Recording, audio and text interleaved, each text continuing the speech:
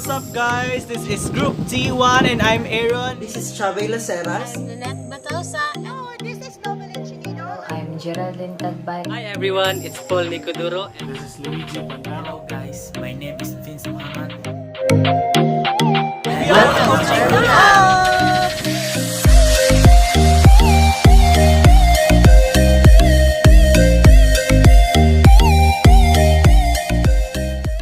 Hello again guys! But before we will start to our main point of our vlog, let me show you something. Do you know what this is? If you think this is a badminton racket, then you're right! We will talk about badminton! Before we will start playing badminton, we need to know its definition, its rules and regulations, the tools and equipments that we need, and also the basic skills for us to play. Now, what is badminton? Badminton is a racket sport played by either men and women in either singles or doubles.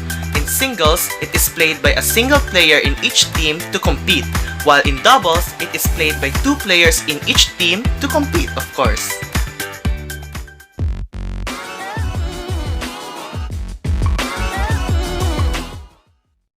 The history and origin of badminton. So the game originated 2,000 years ago from the ancient civilization of Europe and Asia and were known as battledore and shuttlecock. So during the 1600s, battledore and shuttlecock were commonly played by the upper class in England and other European countries. But it was in mid-19th century where a modern badminton was introduced by military officers in British India. The roots of the sport can be traced to ancient Greece, China, and India. Contemporary badminton. Did you know that contemporary badminton originated from India? A contemporary form of badminton, a game called pool, was played in India in the 1800s, where a net was introduced and players hit the shuttlecock across the net. British officers in the mid-1800s took this game back to England, and it was introduced as a game for the guests of the Duke of Beaufort at his stately home, Badminton, in Gloucestershire, England, where it became popular. In March 1898, the first open tournament was held at Guildford, and the first All-England Championships were held the following year. Denmark, the USA, and Canada became ardent followers of the game during 1930s. Do you know who introduced badminton in the Philippines? If no, then I will share it to you. Now listen. The British and the American expatriates introduced the game in the Philippines in the year 1920s. Master Adriano Torres was the first national men's singles champion in the 1949 national rankings. And in the year 1950s, the Philippines became the 21st country to join the International Badminton Federation, or IBF.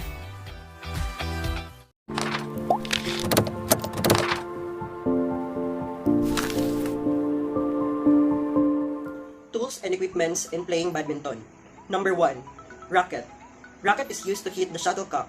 It is shaped like a tennis racket and has strings, but weighs much less. The frame of the racket, including the handle, is not to exceed 680mm in overall length and 230mm in overall width. The overall length of the head is not to exceed 290mm. Most rackets are made from light, man-made materials such as aluminum or graphite, and are strung with synthetic materials such as nylon. Number 2. Shuttlecock. Shuttlecock is also called as shuttle, bird, or birdie.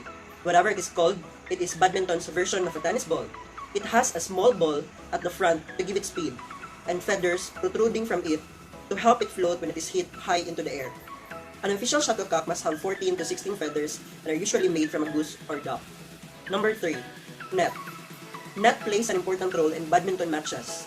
The Badminton World Federation's laws of badminton provide specific standards for net height, width, and construction. An official badminton net must measure 5 feet high in the center and 5 feet, 1 inch at the edges. Badminton court. Badminton court shall be a rectangle laid out with lines of 14mm wide, preferably in white or yellow color. The badminton court dimensions are 13.4 meter in length and 6.1 meter in width.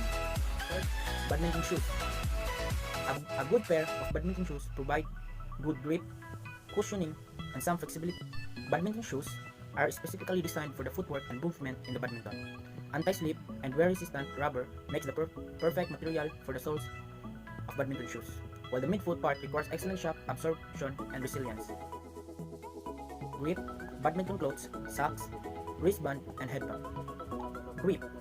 A grip made of cloth or synthetic fiber absorbs sweat and provides you a drier feel. Badminton clothes. Comfortable t-shirt and shorts that don't hinder your movement are ideal to play badminton. A cotton round neck or a collar t-shirt with a pair of light shorts are usually preferred. Socks. Wear a pair of thick cotton socks as they help to absorb sweat. They also prevent your feet from slipping inside your shoes. Avoid wearing nylon socks that don't absorb sweat. Wristband. If you perspire a lot, you may consider getting a wristband to prevent your sweat from flowing to your racket handle. And last, the headband. Wear a headband if you wear spectacles. It prevents your lenses from getting wet and also stops the sweat and hair from getting into your eyes while playing.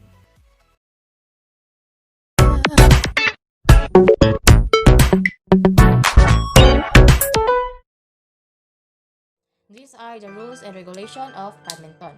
First is, a game starts with a coin toss. Whoever wins the toss get to decide whether they would serve or reserve first, or what side of the court they want to be on. Second, no time during the game should the player touch the net with his racket or his body. Third, the shuttlecock should not be carried on or come to the rest on the racket. Fourth, a player should not reach over the net to hit the shuttlecock. Fifth, a serve must carry cross court or diagonal to be valid. 6. During the serve, a player should not touch any of the lengths of the court until the serve strikes the shuttlecock. During the serve, the shuttlecock should always to be hit from below the rest.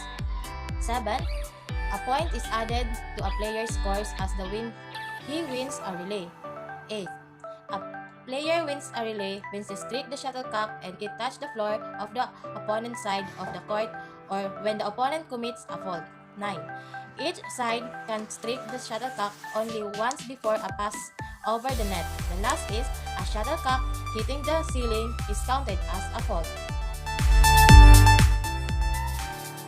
So this is about the dimensions of the badminton court, where there is a overall court dimension where its measure is 20 feet by 44 feet, and the lines these measurements mark the sidelines for double play and long service for single play. And the next is the net line that mark in the middle of the court where the net is placed, creating a 22 feet by 20 feet area on each side of the net. The next is the short service line, marked 6 feet 6 inches, and some are marked by 7 feet from the center line. The area inside the short service line is also called the non-value zone.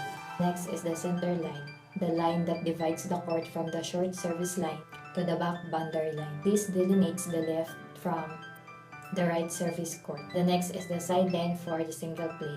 The single sideline is marked 1.5 feet from the edge of the outer boundary. The next is the back boundary line and the long service line for single. The back boundary line is the same for singles and doubles play.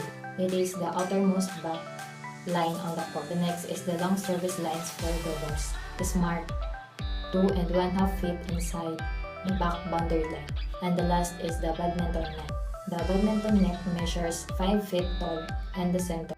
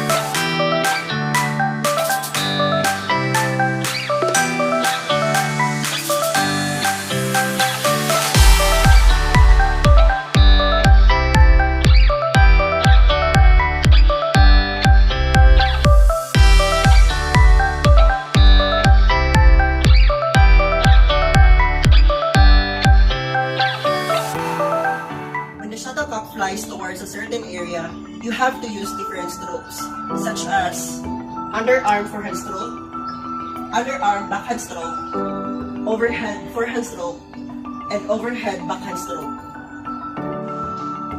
And go. And backhand gripping, this is how you handle the badminton racket. In playing badminton, this is the proper gripping.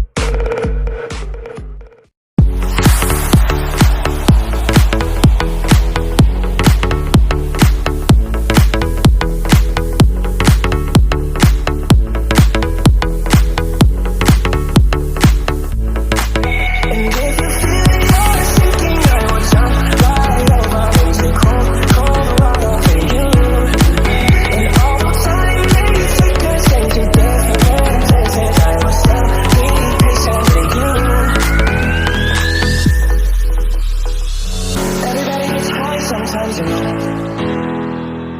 What else can you do?